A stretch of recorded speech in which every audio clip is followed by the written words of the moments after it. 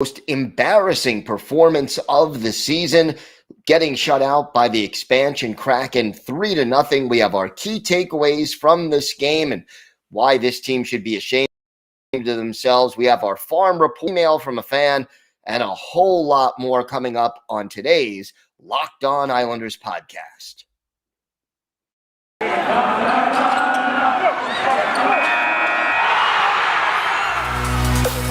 Your Locked On Islanders, your daily podcast on the New York Islanders. Part of the Locked On Podcast Network, your team every day.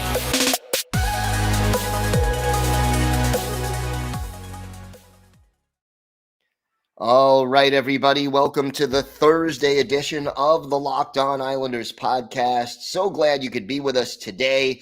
Thank you for being part of the Locked On Islanders family, and thank you for making Locked On Islanders your first listen every day. We are free and available on all platforms. Lots to talk about today. We will have our weekly farm report as we talk about all things Bridgeport. We've got our Islanders birthday of the day. We have a great email from a listener that from Connecticut that really, I had to think about this one for a while, so we'll talk a little bit about that a little bit later on, but we have to start with this. The Islanders laid an absolute egg against the Seattle Kraken on Wednesday night, their last game before the All-Star break, and they just played an embarrassing, uninspired style of hockey. And we'll talk about what Barry Trotz had to say and break down this game for you because the takeaways just aren't pretty. If you've got something Islanders related on your mind, you have a comment, a question, a topic you'd like us to talk about on the show, feel free to send us an email. The email address is lockedonislanders@gmail.com. And if you leave your first name and where you're from, we're happy to mention you on the show when we talk about whatever it is that's on your mind. You could also follow the show on Twitter at Locked On Isles. You could follow me, Gil Martin, on Twitter at Ice Wars, NYRVSNYI. We'll keep you up to date on all the latest Islanders news, notes, and happenings. And I am live tweeting during nearly every Islanders home and road game. So I'll try to give you some instant insight and analysis. And it's always great to interact with fans during games and really any time you want to get in touch with me. So please feel free. Let's start out with what happened at the UBS Arena. Islanders fall to the Seattle Kraken by a score of 3-0. And look, games happen.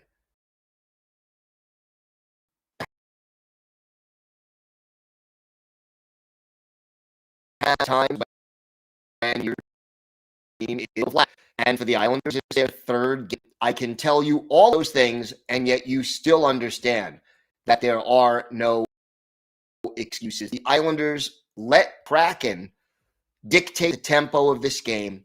They looked disinterested. They looked ineffective and just did not have the enthusiasm and the effort that you need in order to win a hockey game. And look, the mark of a team, the mark of a playoff team is that they cannot play their best game against an also-ran like the Seattle Kraken and still get the 2 points. They may win 3-2. They may win, 2-1. They may not play well, but they still find a way to get the 2 points. The Islanders didn't even do that. And at the game, Barry Trotz said, "I'm pissed off right now, plain and simple." And that may be, he should be pissed off. He should be embarrassed. And he has got to do something because this team looked like they had one foot out the door thinking to themselves, hey, we get the weekend off. It's the All-Star break. We're done for the next 4 days or whatever it's going to be. Let's get out of here. And you can't have that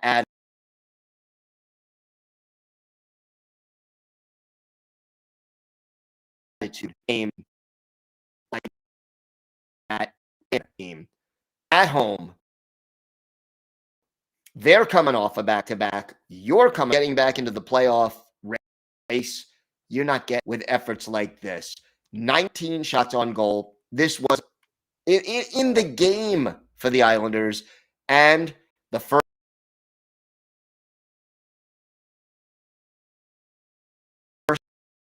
game. And I don't have to go through this list. If you look, Matthew Barzal, 1 shot on goal, -2.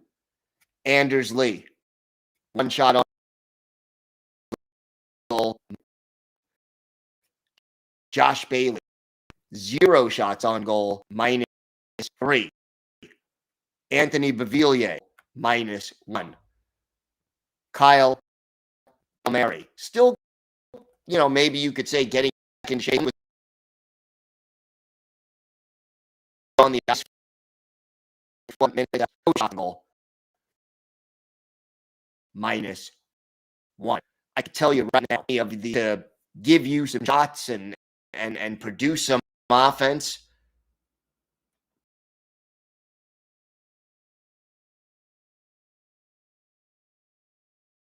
Brock Nelson, Oliver Wahlstrom had 2. JD Pageau had 2. Matt Martin, 2. None. Adam Pell, none. No defenseman had more than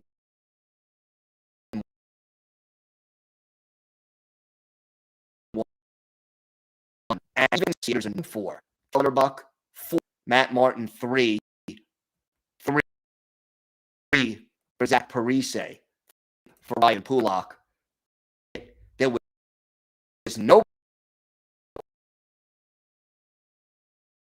passion, no energy, no organization, quality chances. The scoring chances, you count them on the fingers of one hand. It goes beyond a shot. You look at the shot chart here. And the Islanders right now, according to exactly 3 shots on goal, maybe 4. One of them is kind of on the border. But 3 or 4 shots from the face-off dots into the goal crease. If you make that, you aren't beating anybody when you play that kind of game. Whatever fundamentals were there, we didn't see them from the New York Islanders last night. This team didn't play with energy, didn't play with enthusiasm, did not play organized. And I'll tell you something. The highlight game at the arena was James McDonald was brought back to call the game. This was a makeup game. It was originally scheduled for Saturday, so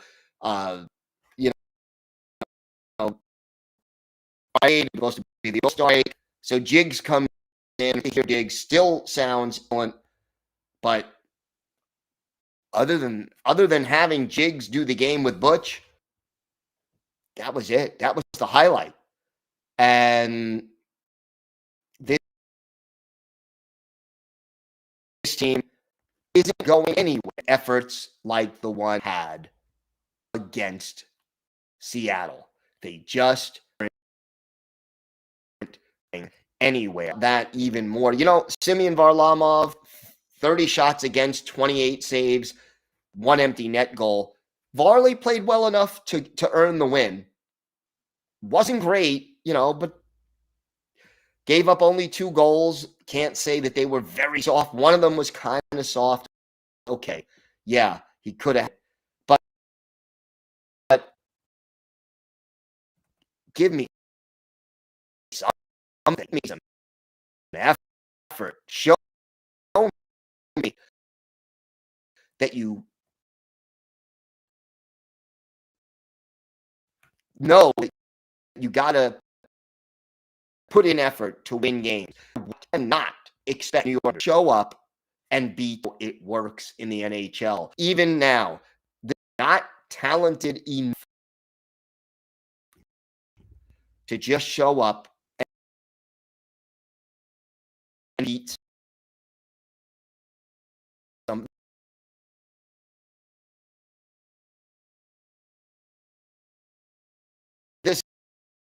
is not the Montreal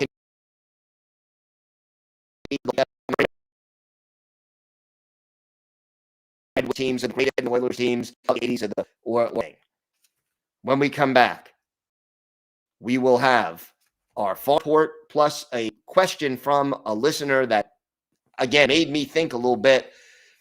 Great question. We'll talk about that and our Islanders birthday of the day and more, all still to come on the Locked On Islanders podcast.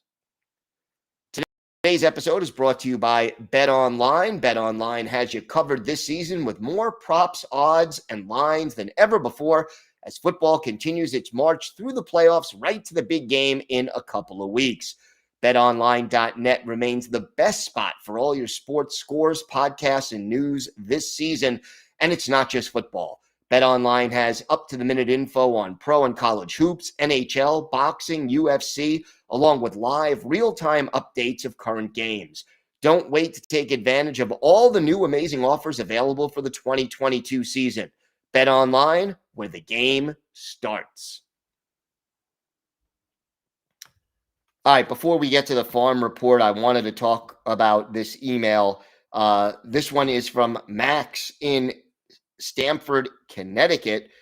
He says, "Hi, Gil, huge fan of the show. Me and my friend Brandon listen every day, and we appreciate your insights and analysis of every game. Being two guys from Connecticut, we are especially fond of the farm report, which will come right after we answer this question. And we love hearing what's happening just a few towns over in Bridgeport. My question, I've noticed that after every good-looking win, you say it was the Islanders' most complete win of the season. Looking back on this season so far, what was actually our greatest, most complete win, and what can we take away from that game? Have a great day, and let's go Islanders." Max from Stamford, Connecticut. Well, first of all, Max, good question. Had to think about that one a lot. Went back and went over all the wins we had this season.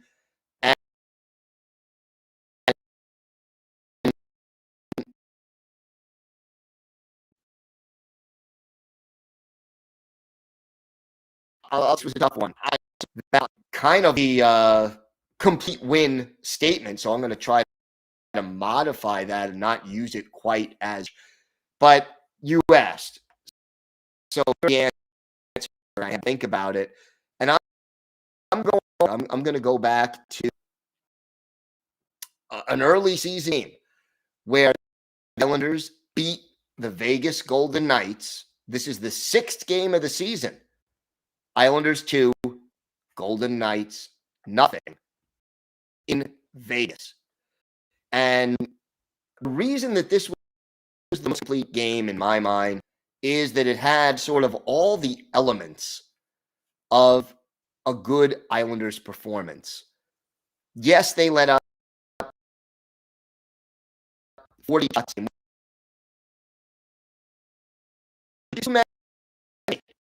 was out. And not 2 shots, a lot of 2 shots, the majority were from the perimeter and not, in the high danger. Josh Bailey and Matthew Barlow.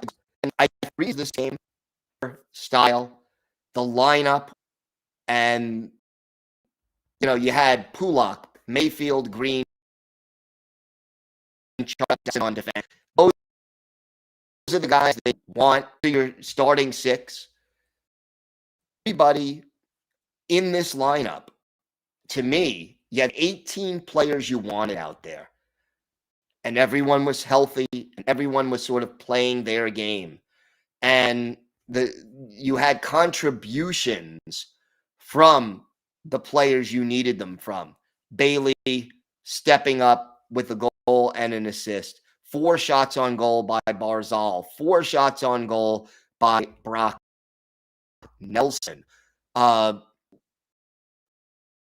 your lines as far as the ice time, where between 11 minutes and 8 seconds and 7:40 seconds out of the forwards in ice time. The Islanders were physical. Cal Clutterbuck, 9 hits in that game. and the line did it to me is Islanders hockey smart done. So a thank you to you and Brandon for listening, and a thought-provoking question that I really have to take care of. Now we'll segue into the farm report. Again, only 2 games for Bridgeport since we last did the farm report. They played last Saturday, had a 2-1 overtime loss to the Hershey Bears in Hershey. Thomas Hickey had the goal for Bridgeport, and Jakub Skarek played exceptionally well, although it wasn't enough to win the game. But, Bridgeport outshot and still, they managed to win the game, get a point rather in the game. And Skarek, by the way, pretty impressive over the course of the month of January, and he was the goaltender of the month in the AHL. Then earlier on Wednesday, Bridgeport had a 10:30 a.m. game at home against the Lehigh Valley Phantoms, and they won it 4-1. Simon Holmstrom, Andy Andreoff, Eric Brown, and Jeff Kubiak get goals. 23 saves for Corey Schneider, and Bridgeport 2-0-1-0 now against Lehigh Valley over the course of this season. So in the 2 games in between our last farm report, 3 points out of a possible 4 for Bridgeport, and that is certainly encouraging. The leading scorer still Chris Terry right now with 13 goals, 31 points. Otto Koivula, 30 points. He leads the team right now with 21 assists. Arno Durando, 23 points. Andy Andreoff, 20. Simon Holmstrom, 19. And Austin Zarnik, 15 in only 20 goaltenders. And we talked about Skarek. Goals against average down to 2.76. Save percentage at .911. He is now 12-8-4 on the season. So, doing better, starting to raise his level of play, and that is certainly encouraging for the Islanders, and congratulations to him. As far as the schedule is concerned, 1 game this weekend. It's a road game at the Wilkes-Barre Scranton Penguins. That's Friday night at 7:05, and that's it for the rest of this week. They're off until the following Friday as the AHL sort of heads into its all-star situation. So nice, 3 out of a possible 4 points for the Bridgeport Islanders. And again, the team, they're not at the point where you could sit there and say, oh yeah, this is, they're just tearing up the league.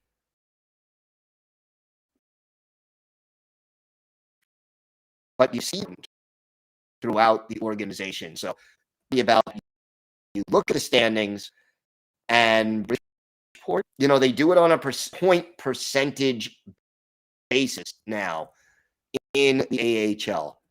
And Bridgeport, they're back in 8th place in the Atlantic Division, but 476 point percentage. Lehigh Valley at 486, and Wilkes-Barre Scranton at 500. Getting closer. And, just 2 points below 500 in point percentage. They can make up some ground and get back into 6th place with another couple of, a nice little 3-1-1 string. So liking more and more what I'm seeing from the Bridgeport Islanders, and hopefully they continue to improve. When we come back, we will have our Islanders' birthday of the day. It should be a good one as we look at a steady a guy who scored 30 goals for the Islanders one year and was a good solid winger for this team for a number of seasons, and we'll have him as our Islanders birthday of the day. All that and more still to come on this episode of the Locked On Islanders podcast. This episode is brought to you by Rock Auto. With the ever-increasing numbers of makes and models, it is now impossible for your local chain auto parts store to stock all the parts you need.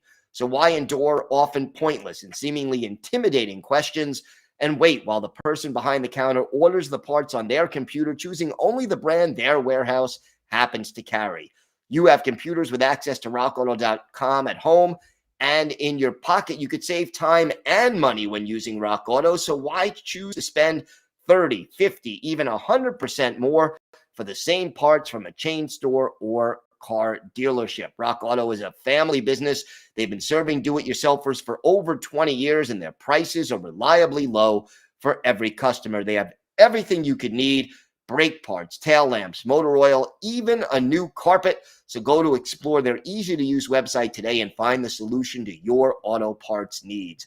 Go to rockauto.com right now and see all the parts available for your car or truck. Right, Locked On in their How Did You Hear About Us box so they know that we sent you. Amazing selection, reliably low prices, all the parts your car will ever need. rockauto.com.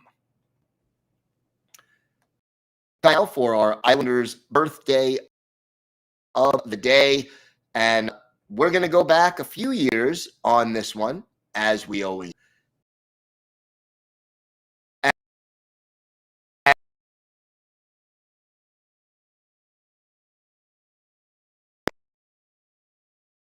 late, but we were happy 40th birthday. Former Islanders originally acted in the third round by the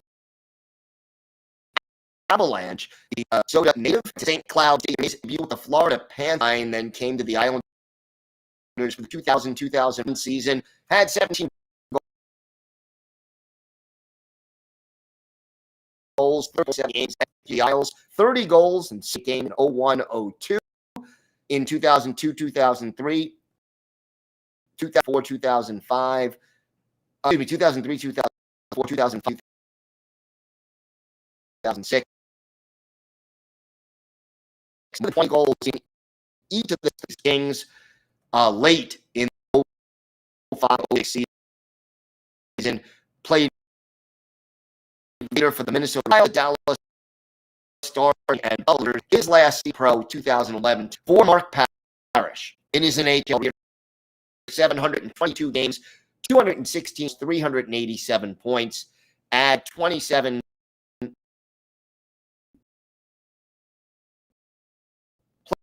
playoff games, 5 goals, not there. And 4 of those 5 goals, if you look at as in 2001 at the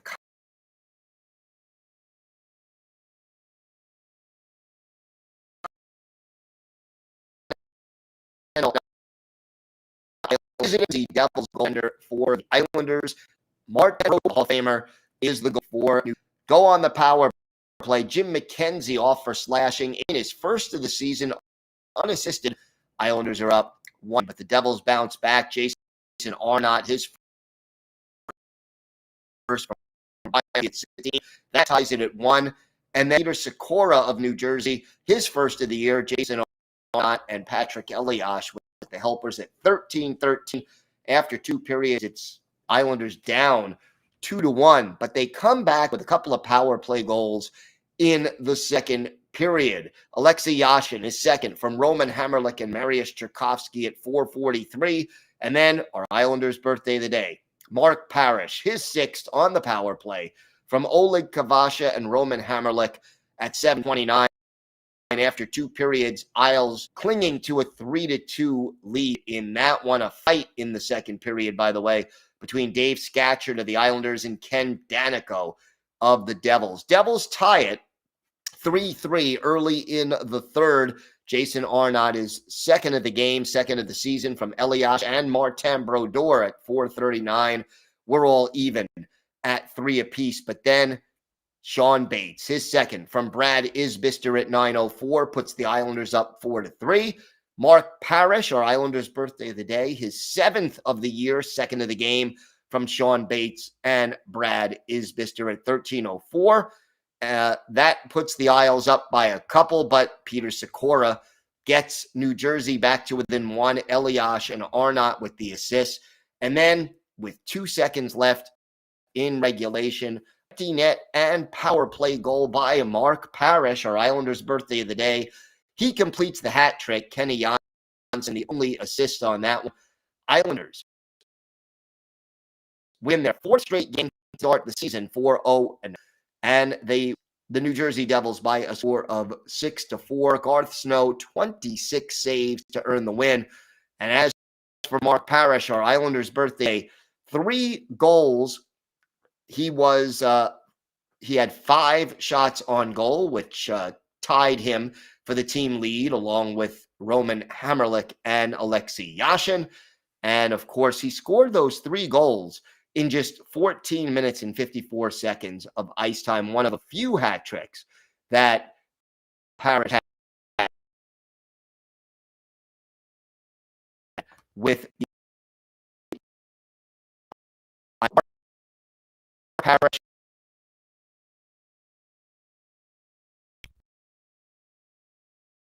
We wish